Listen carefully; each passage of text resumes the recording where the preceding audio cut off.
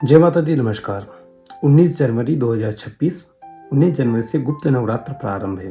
अतः नवरात्र के महापर्व पर यह जो साधना करते हैं गुप्त रूप से की जाती है।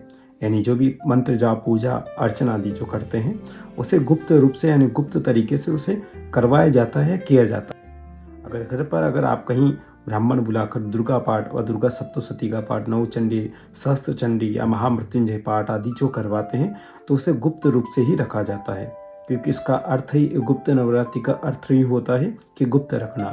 कोई भी पूजा पाठ हम करते हैं या करवाते हैं तो उसे गुप्त रूप से किया जाए तो उसका रिजल्ट 100% सही होता है। अगर गुप्त नवरात्र में आप अखंड ज्योति रखते हैं, अखंड ज्योत जलाते हैं, तो अखंड ज्योत जलाने से पहले उस घर में किसी सदस्य का होना आवश्यक होता है। जिस समय में भी पूजा करते हैं तो उस पूजा को भी निर्धारित समय के अनुसार ही करना चाहिए।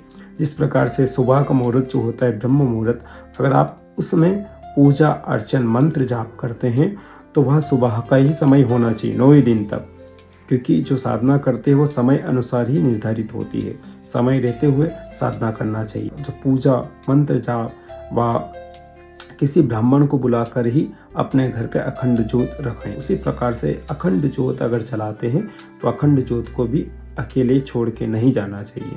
अखंड ज्योत के लिए करना क्या पड़ेगा? सबसे पहले तो एक पटिया लेना, उस पर लाल वस्त्र या फिर पीला वस्त्र बिछाकर चावल से अष्टदल बनाकर उस पर कलश रखना, कलश के ऊपर नारियल आम के पत्ते रखना और उस कलश में जल डालना, ताकि आम के पत्ते 9 दिन तक सूखे नहीं।